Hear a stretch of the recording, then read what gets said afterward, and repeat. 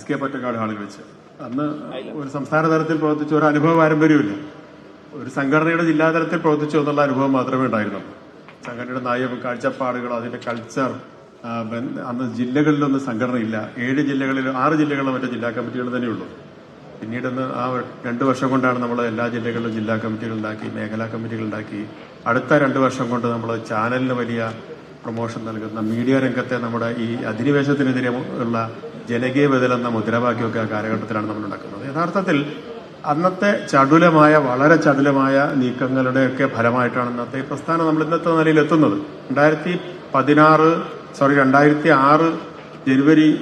August 15 നമ്മൾ Kerala vision എന്ന brand പ്രഖ്യാപിക്കുന്നത്, ആ ചാനൽ പ്രഖ്യാപിക്കുന്നത്. 2007 നമുക്ക് KCC എന്ന കമ്പനിയുടെ രൂപീകരണം നടത്താൻ കഴിഞ്ഞു. അത്ര ചടുലമായിട്ടാണ് നമ്മൾ നീങ്ങിയിട്ടുള്ളത്. യഥാർത്ഥത്തിൽ പിന്നോട്ട് തിരിഞ്ഞു നോക്കുമ്പോൾ നമുക്ക് ഭയം തോന്നും. അപ്പോൾ അതിനൊക്കെ ഊർജം നൽകിയത് ഒറ്റയാളായിട്ടല്ല, വലിയൊരു ടീം നമ്മുടെ കൂടെ ഉണ്ടായിരുന്നു. ഇന്ന് നമ്മളിങ്ങനെ പറയുമ്പോൾ സ്വിച്ചിട്ടാ പ്രവർത്തിക്കുന്നത് പോലെ ഒന്ന് ആലങ്കാരികമായി അല്ലാതെ പറയാൻ കഴിയുന്ന ഒരു സംഘടനയായി നമുക്ക് മാറാൻ കഴിഞ്ഞതിന്റെ ആ ഗൃഹാതുരത്വം ശരിക്ക് 2002 SK പൊറ്റക്കാട് ഹാളിലുണ്ടായിട്ടുള്ള സമ്മേളനത്തിൽ നിന്നുള്ള ഊർജമാണെന്നുള്ളത് നമുക്ക് ഉറപ്പിച്ചു പറയാൻ കഴിയും. നമ്മുടെ സംഘടനയിൽ പിന്നെ വലിയൊരു നേതൃനിര തന്നെയുണ്ട്. പലരും ഒരു ബിസിനസ് മേഖലയിൽ പ്രവർത്തിക്കുന്നതായതുകൊണ്ട് പലരും പുറത്തു വരാതിരിക്കുന്നതാണ് നമുക്കൊക്കെ അറിയാം. അപ്പൊ നമ്മൾ പല ആളുകൾക്കും ആവശ്യമായിട്ടുള്ള ഇൻപുട്ടുകൾ നൽകാതെ അവർക്ക് ആവശ്യമായിട്ടുള്ള പിന്തുണ നൽകാൻ കഴിയാത്തത് കൊണ്ടൊക്കെ അവർക്ക് പ്രവർത്തിക്കാൻ കഴിയാതെ വരുന്നുണ്ട്. ഇപ്പൊ നമ്മൾ വലിയ ബിസിനസ് സംരംഭകങ്ങളുടെ ഉത്തരവാദിത്തങ്ങളൊക്കെ ഏറ്റെടുത്ത് കഴിഞ്ഞിട്ടുണ്ട്. KCCയിലും KVBയിലും എന്ന് പറയുന്നത് നമ്മൾ കാണുന്ന ലളിതത്തിലല്ല, ലാളിത്യത്തോടു കൂടിയുള്ള ഇന്ത്യയിലെ ഇതര സംസ്ഥാനങ്ങളിലും ദേശീയ തലത്തിലും ഒക്കെയുള്ള വലിയ കമ്പനികൾ കാണുന്നത്. അവരെല്ലാവരും നമ്മൾ നടത്തിയിട്ടുള്ള പ്രവർത്തനങ്ങളെ അത്ഭുതത്തോടുകൂടി, വളരെ ആശ്ചര്യത്തോടു കൂടിയാണ് നോക്കിക്കാണുന്നത്. അങ്ങനെ സാധിച്ചിട്ടുള്ളതെല്ലാം കേരളത്തിലുള്ള കേബിൾ ടി ഓപ്പറേറ്റർമാരുടെ വളരെ കൂട്ടായിട്ടുള്ള പ്രവർത്തനങ്ങളുടെയൊക്കെ ഫലമായിട്ടാണ്. നമ്മളിന്ന് കോഴിക്കോട് ഒരു വീഡിയോ ഞാൻ ഇന്ന് രാവിലെ കാണാനിടയായി. ഒരു ഓട്ടോ ഡ്രൈവർ കേബിൾ ടി ഓപ്പറേറ്റർമാരെ പറ്റി പറയുന്ന ഒരു പരാമർശം, അയാൾ അത്ഭുതപ്പെട്ടു പോയെന്നും അയാള് എന്റെ നെഞ്ചിനകത്ത് കേബിൾ ഓപ്പറേറ്റർമാർക്ക് ഞാനൊരു സ്ഥാനം കൊടുത്തു എന്നാണ് ഓട്ടോ ഡ്രൈവർ പറയുന്നത്. ഇത്ര വലിയൊരു പ്രസ്ഥാനമാണ്, ഇത്ര വലിയ കൾച്ചറൽ ആയിട്ടുള്ള അനുഭവങ്ങളുള്ള ആളുകളാണെന്നോ, നിങ്ങളത് അത്രയും വലിയ മനസ്സുള്ളവരാണെന്നോ ഞങ്ങൾ അറിഞ്ഞിരുന്നില്ല എന്നൊക്കെ പറഞ്ഞ് പശ്ചാത്താപത്തോടുകൂടി ഒരു ഓട്ടോ ഡ്രൈവർ പറയുന്നത് നമ്മുടെ ഏതോ സുഹൃത്തുക്കൾ വീഡിയോ എടുത്തിട്ടുണ്ട്. അത് യഥാർത്ഥത്തിൽ കോഴിക്കോട് നമ്മളെ നെഞ്ചിലേറ്റുന്ന രീതിയിൽ സ്വീകരിച്ചിട്ടുണ്ട് എന്നുള്ള കാര്യത്തിൽ തർക്കമില്ല. അത്ര വലിയ പ്രചരണ പരിപാടികൾ നടത്താൻ സാധിച്ചിട്ടുണ്ട്. സാമ്പത്തികമായി നമുക്ക് വലിയ ഇൻവെസ്റ്റ്മെന്റ് ഈ സമ്മേളനത്തിൽ വന്നിട്ടുണ്ടെങ്കിൽ അതിനേക്കാൾ എത്രയോ ഇരട്ടി പിന്തുണ കോഴിക്കോട് നിന്ന് ലഭിച്ചിട്ടുണ്ട്. കോഴിക്കോട് അതിന്റെ തീർച്ചയായിട്ടും അടുത്ത 1-2 വർഷങ്ങൾക്കുള്ളിൽ അതിന് തക്ക വിധത്തിലുള്ള വലിയൊരു ബിസിനസ് അവസരം കോഴിക്കോട് ഉണ്ടാകുമെന്നുള്ള കാര്യത്തിൽ തർക്കമില്ല. ഞാൻ വിഷയങ്ങളിലേക്ക് വരികയാണ്. നമ്മുടെ പുതിയ നേതൃത്വത്തെ സംബന്ധിച്ച് ഒരു മാറ്റവും ഉണ്ടായി എന്നുള്ള ഒരു ഫീലിംഗ് നമുക്ക് ആവശ്യമില്ല. കാരണം എക്സിക്യൂട്ടീവ് കമ്മിറ്റി അതേപടി ചുമതലകളിൽ ചെറിയ വ്യത്യാസങ്ങൾ മാത്രമേ വന്നിട്ടുള്ളൂ എന്നാണ് പിന്നെ എന്റെയൊക്കെ അനുഭവത്തിൽ ഞാൻ മനസ്സിലാക്കുന്നത്. വലിയ ഒരു നേതൃനിര, ആ ഒരു ടീം അതുപോലെ തന്നെ വ്യത്യസ്തമായ ചുമതലകൾ നിർവഹിക്കാനും വ്യത്യസ്തമായി പരസ്പരം സഹകരിച്ചുകൊണ്ട് പ്രവർത്തിക്കാനും പറ്റുന്ന രീതിയിലുള്ള ഒരു ടീം ബിൽഡ് ചെയ്യുക എന്നുള്ളതാണ് നമ്മുടെ മുമ്പിലുള്ള ഉത്തരവാദിത്തം.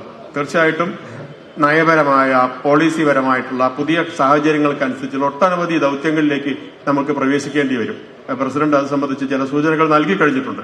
അത്തരത്തിലുള്ള വലിയ പ്രൊജക്ടുകൾ ഏറ്റെടുക്കാൻ തക്ക വിധത്തിലുള്ള ഒരു തയ്യാറെടുപ്പ് ഏറ്റവും താഴെ തട്ടിലുള്ള ഓപ്പറേറ്റർമാരിലേക്ക് വരെ എത്തിക്കാനുള്ള ഉത്തരവാദിത്വം, അതിനുള്ള ചുമതല ഈ സമ്മേളനത്തിൽ വന്നിട്ടുള്ള ഓരോ പ്രതിനിധികൾക്കുമുണ്ട്. ഇവിടെ നിന്നുള്ള ആവേശം ഒട്ടും ചോർന്നു പോകാതെ ഇതിന്റെ തുടർ പ്രവർത്തനങ്ങൾ ഏറ്റെടുക്കാനുള്ള പദ്ധതികൾ നമുക്ക് ഉണ്ടാകേണ്ടതുണ്ട്.